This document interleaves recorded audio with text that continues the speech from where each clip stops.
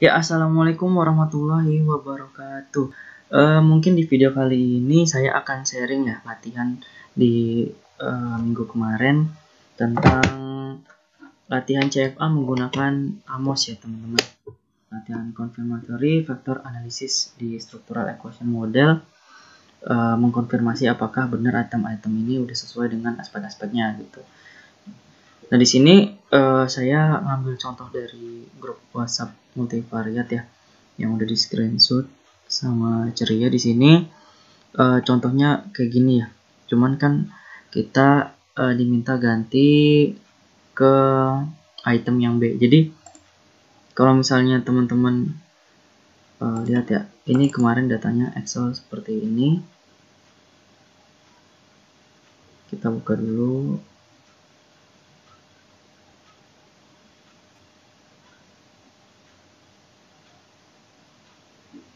Nah, di sini kan ada A sama B gitu. Nah, ibaratnya A-nya ini, kelompok A ini adalah aspek dari satu variabel ya.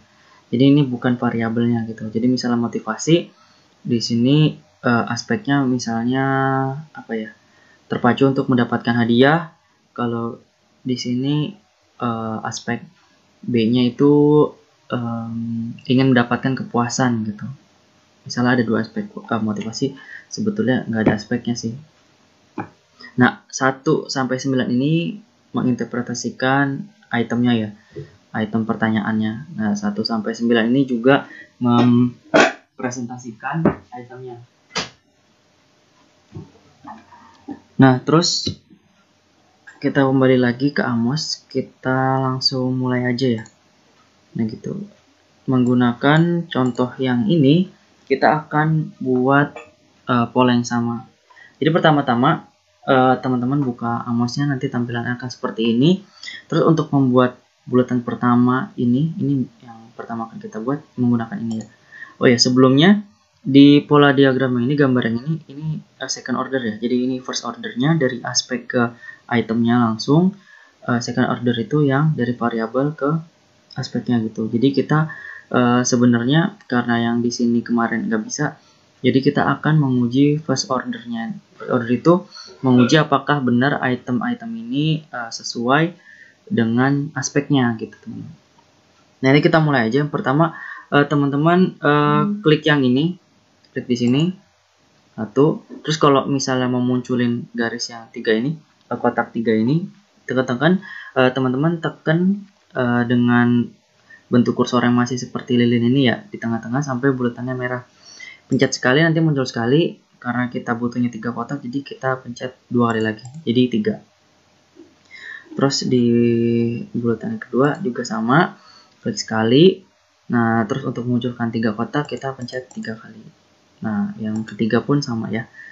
Kalau misal di sini nanti buat kotak baru ya teman-teman, diunduh di sini aja.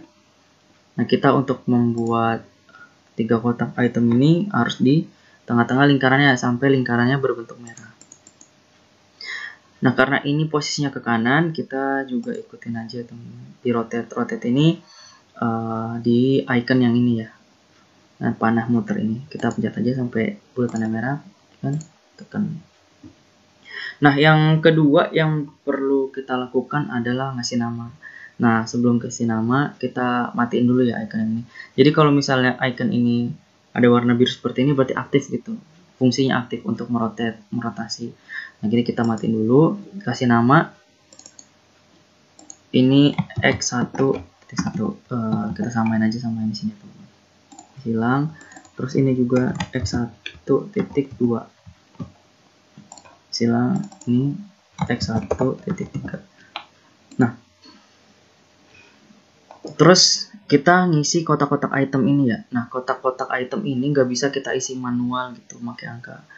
Jadi ini karena ini yang mau kita nanti operasionalisasikan ya, kita calculate, kita estimasikan. Jadi ini harus diambil dari data yang Excel tadi, yang ini gitu. Nah, caranya gimana? Caranya teman-teman pilih ke sini, select data file gitu, untuk nyari datanya, terus cari yang file name. Ini saya tadi udah nyimpen di sini, ini. Terus pas udah ketemu dengan jumlah 210 responden ya, ke bawah ya, terus full responden.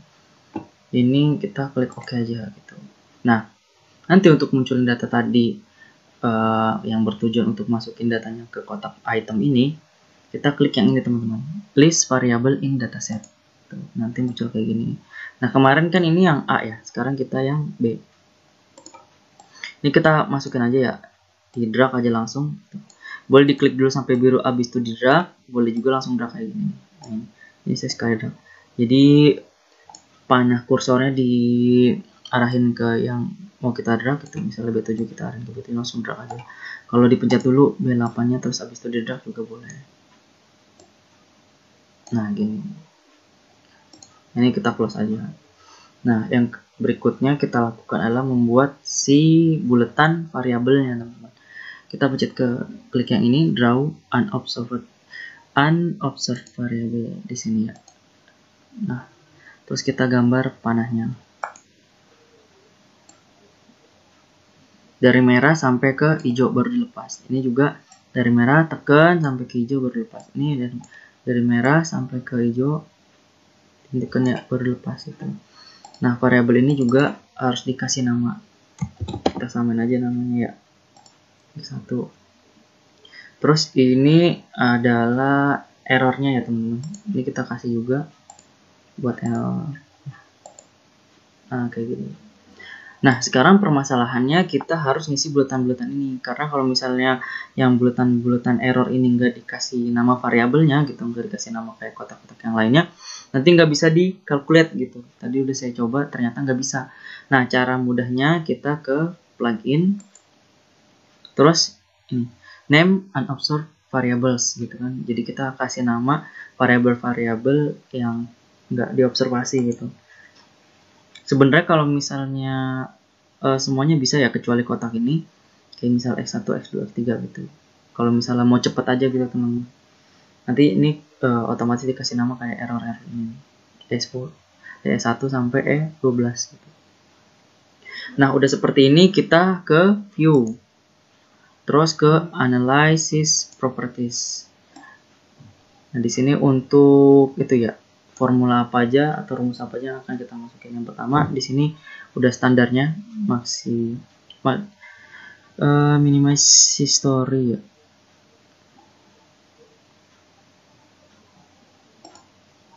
Nah di sini estimationnya maximum likelihood, terus kita ke output.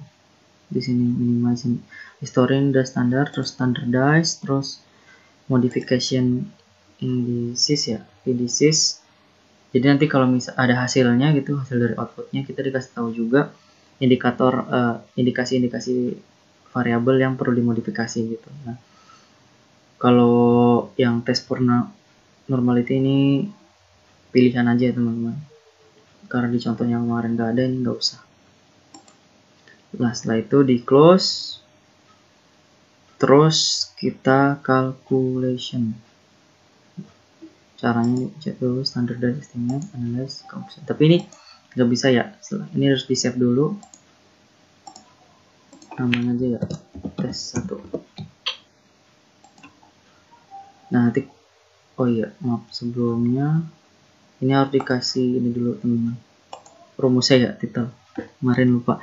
Nah ini lihat dari sini aja nih, C square sama dengan backspace C min, enter, terus P C square. Nah ini sebenarnya yang penting di backslash-nya ini nih, karena di sini rumusnya ini P. Nah terus sisanya GFI sama dengan backslash GFI, huruf kecil ya teman-teman. Terus AGFI sama dengan backslash AGFI, terus RMC sama dengan backslash RMC huruf kecil, terus CFI sama dengan backslash CFI. Nah udah kayak gini, ini nanti dipilih-pilih aja ya terserah teman-teman. Kalau kita pengen tebel, kita buat aja terus oke gitu. Nah setelah muncul di sini center, coba ya di kiri ya, enggak. Nah udah kayak gini, coba di kiri nih. Nggak bisa. Kiri. Bisa.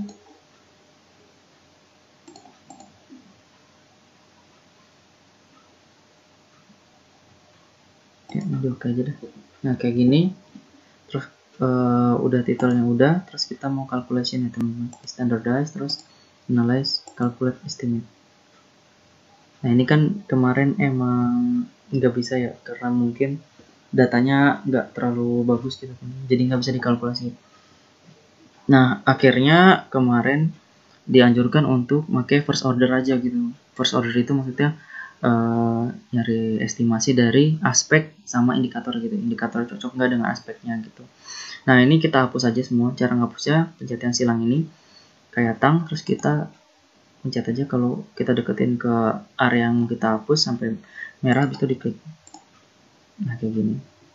Ini juga kita hapus aja ya biar bagus. Nah terus setelah kayak gini, kita buat first ordernya kita korelasi. Yang tadi error di sini juga harus dihapus ya teman-teman. Habis itu kita akan korelasiin ini ke sini, x1 ke x2, terus x1 3 x2, terus 3 ke x1 1. Nah setelah kayak gini kita terus lagi ya buat rumus biar rapian. C square ini teman-teman ulang aja ya biar sampai hafal. C min, nah salah, C min terus P strip C square sama dengan backslash P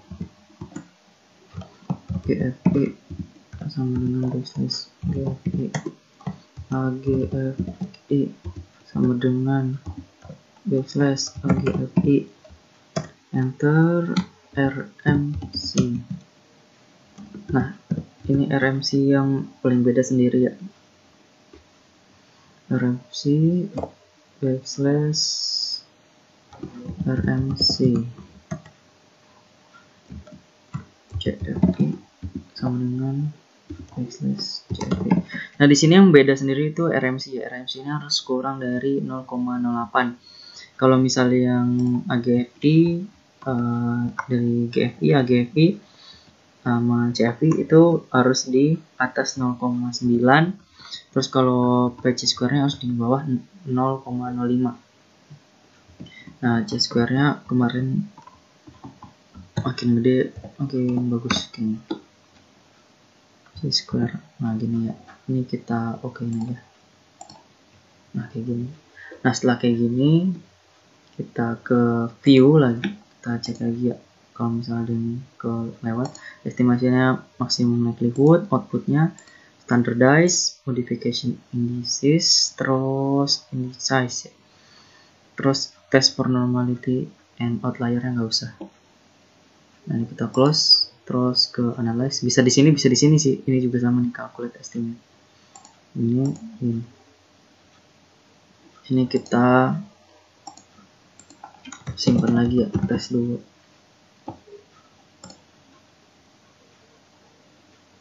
Nah setelah gini kita, ini kan nggak kelihatan ya hasilnya gimana. Nah kita harus lihat di sini. Jadi di sini itu untuk lihat hasilnya. Nah bisa lihat di sini kan. Nah di sini tuh PC square-nya udah di bawah 0,00 ya, udah di bawah 0,5, 0,05, udah bagus. GFI-nya udah di atas 0,9 juga bagus. AGFI-nya masih di bawah ya, 0,09. Terus RMC-nya masih di atas 0,08. CFI-nya udah bagus gitu. Jadi ada dua indikator yang masih belum fit gitu modelnya. Nah itu kita bisa lihat di sini. View text ya. View text ini buat lihat outputnya. Nah kita langsung aja. Jadi untuk kita memperbaiki ini, kita langsung lihat saran modifikasi dari aplikasi Amos-nya ya. Di sini modification indices. Nah gitu. Nah ini ada beberapa variabel-variabel yang kira-kira perlu dikorelasiin biar nanti angkanya berubah gitu. Nah, kita coba cari yang masih dalam satu aspek aja ya teman-teman, tapi angkanya gede. Nah, misalnya gini nih, MI-nya gede. Ini MI juga saya kurang tahu. Nah, E5 ke E6 gitu misalnya. Ini kita minimize saja. Kita korelasiin lagi teman-teman. Nah, kalau misal dalam mode output kayak gini kita nggak bisa pakai operasionalisasi yang khusus kayak panah terus ngerelasiin gini, nggak bisa ya. Kita harus balik lagi ke mode ini nih, di bagian lembar kerjanya gitu, di bagian yang panah ke bawah. Nah, tadi kan yang kiranya gede tuh kesalahan errornya atau ada yang ciri-ciri yang sama, kesalahan kita korelasiin aja dari E5 ini ke E6. Nah, gitu. Nah, sekarang kita estimasi lagi di sini. Yang situ. Nah, ini. Nah, sekarang kita lihat hasilnya. Nah, RMC-nya udah bagus kan nih teman-teman. Jadi 0 di bawah 0,08 tapi AGVI-nya masih di bawah 0,9. Nah, coba kita lihat lagi. Kita lihat lagi outputnya ya. Nah, kita lihat lagi modifikasinya ya. Nah, sekarang modifikasinya yang gede itu yang ini nih, E2 sama E7. Nah, ini coba kita korelasiin ya teman-teman. Balik lagi ya ke sini ya. Kalau mau pakai fungsi-fungsinya berapa tadi? E2 ke E7, E2 ke E7. Coba kita korelasiin, habis itu kita hitung lagi. Bisa analyze terus calculate juga bisa teman. Nah, sekarang kita lihat. Nah, outputnya sekarang udah bagus kan, walaupun ada pertambahan di PG square-nya ya, tapi ini masih bagus, tetap di bawah 0,05. GF-nya sekarang udah di atas 0,9, AGV-nya di atas 0,9, RMC-nya di bawah 0,08, CV-nya udah di atas 0,9. Jadi ini udah model yang bagus gitu. Tapi dengan nanti modifikasinya harus ada justifikasinya gitu, entah dari latar belakang atau nanti mungkin ada saran dari dosen pembimbing gitu. Nah, jadi ini udah bagus ya, item-itemnya angkanya udah bagus kayak gini, jadi udah fit gitu. Berarti itemnya udah sesuai dengan aspek-aspeknya gitu. Mungkin ini part 1 karena baru ini yang diajarin, kurang lebihnya mohon maaf, semoga bermanfaat ya teman-teman. Wassalamualaikum warahmatullahi wabarakatuh.